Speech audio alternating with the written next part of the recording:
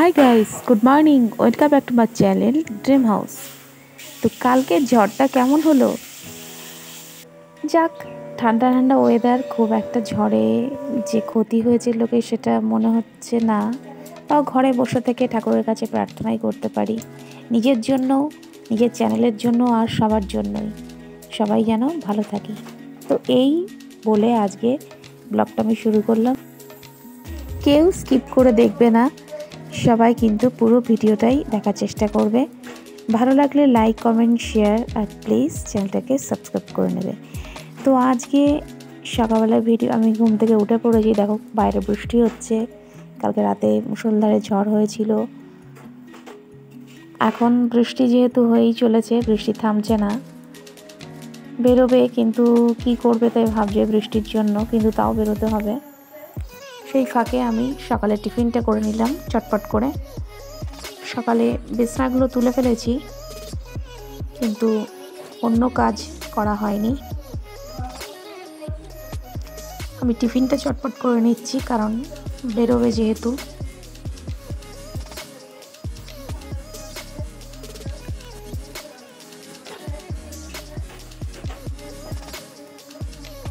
রুটিগুলো করে নিয়ে আমি ধুয়ে নিই।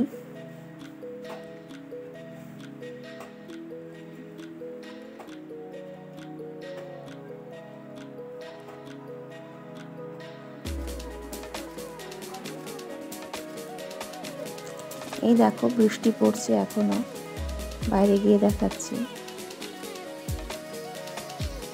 ওর দিকে জল।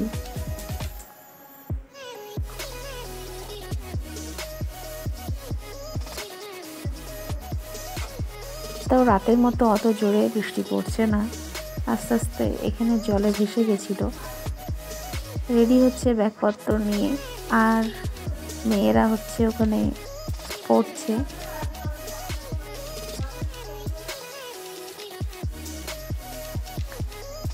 রুটিটা করার পরে রুটির সাথে আমি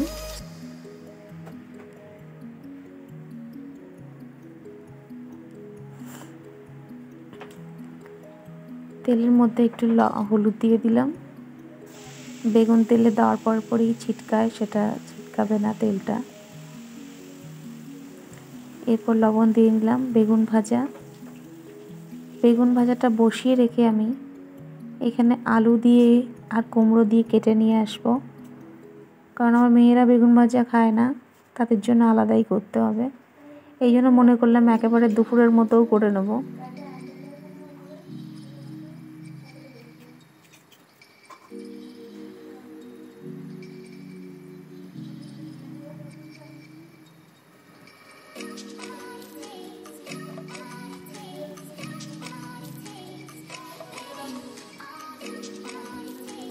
আলু ভাজার থেকে একটু মোটা করে কেটে নিলাম। কুমড়োর ছেঁচকি করব, তার সাথে আলুটাও দিয়ে নেব।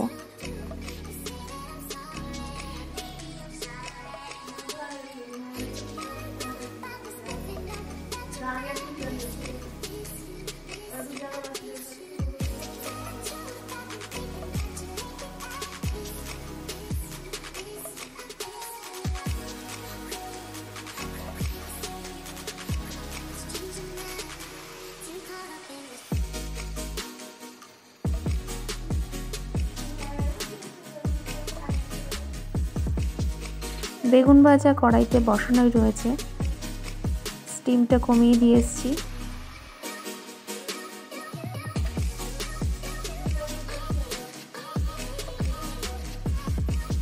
মনে করছি কড়াই যেহেতু বসিয়ে দিয়েছি, আজকে সকালে রান্নাটাও একেবারেই করে নিই, কারণ বাইরে বৃষ্টি ওয়েদার, জল আনতেও যেতে পারিনি সকালবেলায়।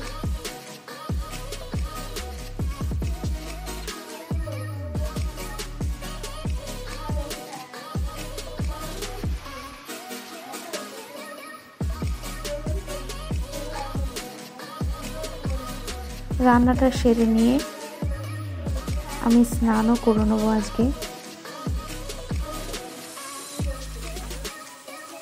এখানে দেখো কালো জিরে ফোড়ন দিয়ে, শুকনো লঙ্কা কালো জিরে ফোড়ন দিয়েছি, দিয়ে নিয়ে কুমড়ো আলু ছেঁচকি করে নিয়েছি। যেটা মেয়েরা রুটি দিয়ে খেতে পারবে বা দুপুরেও থাকবে এটা। এবার এই কড়াইটা যেহেতু গরম রয়েছে, গ্যাসের দাম দিনে দিনে যেরকম বাড়ছে, সেহেতু কী করে গ্যাস বাঁচিয়ে রান্নাটা করি সেটা দেখে নাও। কড়াইটা গরমই রয়েছে, এতে আমি জল দিয়ে নিলাম।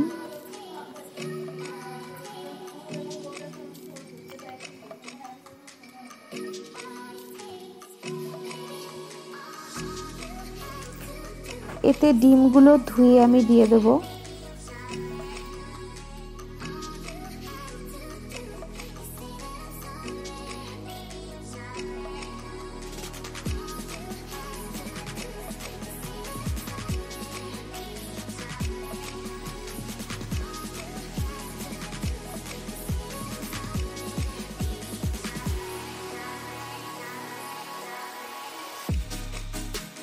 এতে একটু হলুদ লবণ দিয়ে নিলাম, দিয়ে অন্যান্য কাজগুলো আমি সেই ফাঁকে সেরে ফেললাম।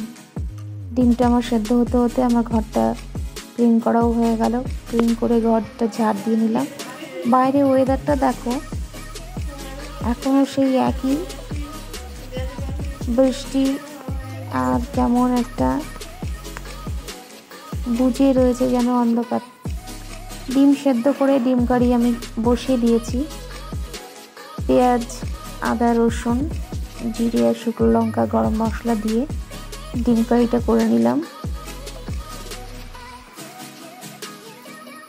হালকা একটু জল দেবো কষিয়ে নিয়ে।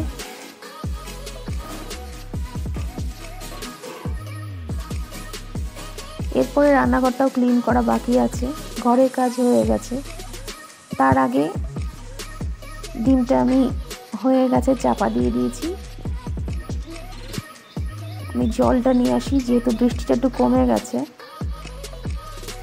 জামা কাপড় অলরেডি ধুয়ে গ্রিলে আমি ঝুলিয়ে রেখেছি, জলটা ঝরতে লাগুক।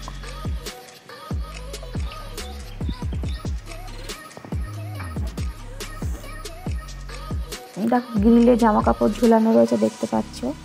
এখানে জলটা ঝরছে, তাই সেই ফাঁকে আমি জল নিয়েও চলে আসলাম। ধর বললে কি হলো?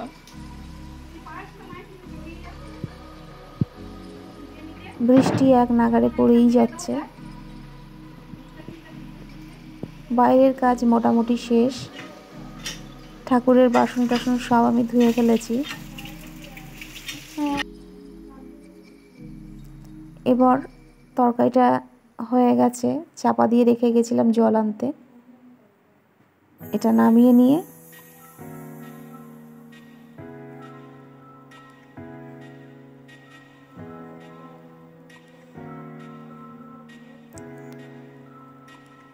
কড়াইটাও গরম অবস্থায় সব তরকারিগুলো আমার হয়ে গেল। এদিকে আমার সব কাজ কমপ্লিটও হয়ে গেল। রান্নাঘরটা ক্লিন করতে পারলেই আমার কাজ কমপ্লিট হয়ে যাবে। সব পরিষ্কার করা হয়ে গেছে, বাইরেও আর বেরোতে হবে না। কিভাবে অল্প সময়ের মধ্যে আমি করে ফেললাম এটা। তরকারি বসিয়ে দিয়ে আমি ঘরটা ক্লিন করে চলে এলাম।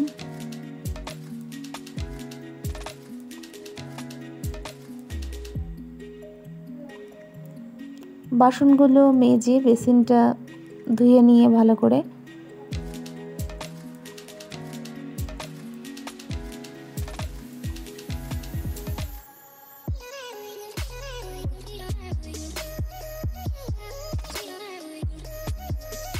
কড়াইটাও মেজে নেব। তার সাথে গ্যাস ওভেন মুছে রান্নাঘর পুরো ক্লিন করে নেব।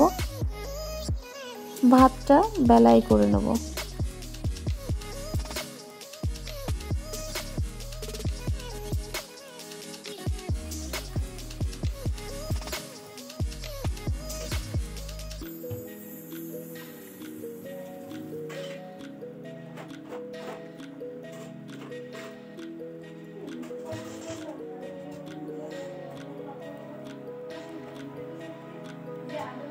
কড়াই মাজা হয়ে গেলে এখন আমি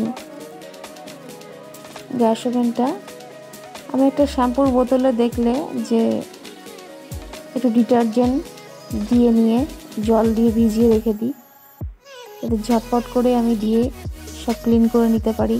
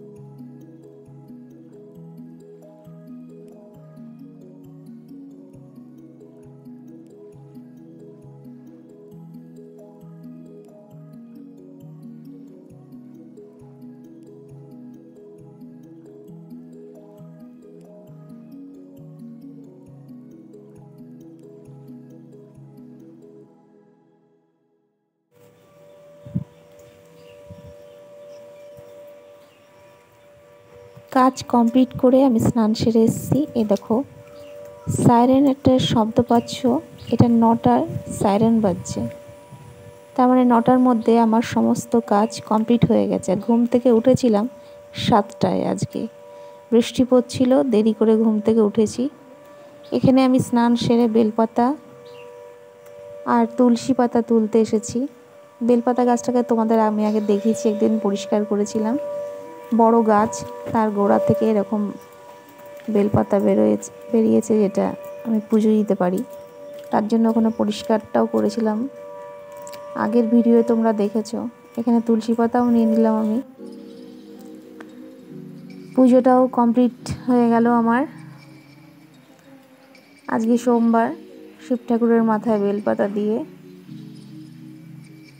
পুজো সম্পন্ন করলাম।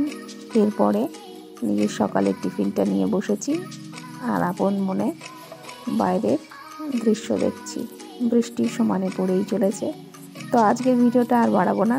ভালো লাগলে অবশ্যই কিন্তু লাইক, কমেন্ট, শেয়ার, প্লিজ চ্যানেলটাকে সাবস্ক্রাইব করে দেবে নতুন নতুন ভিডিওগুলো দেখার জন্য। আজকের মতো টাটা, সবাই ভালো থেকো আর বৃষ্টি ওয়েদারটা এনজয় করো।